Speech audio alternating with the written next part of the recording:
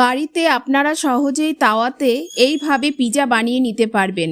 মার্কেটে পিৎজার থেকে কোনো অংশে কম লাগবে না। চলুন পুরো প্রসেসটা দেখে নিই।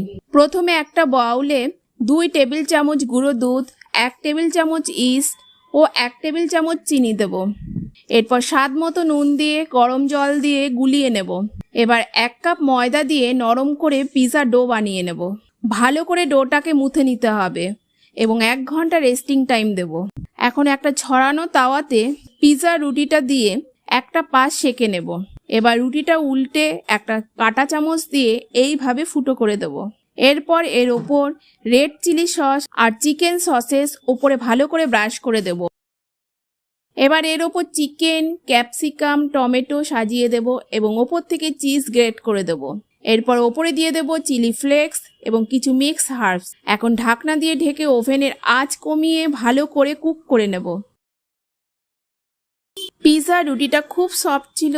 দেখুন কত সহজে বানানো হয়ে গেল তাওয়া পিৎজা।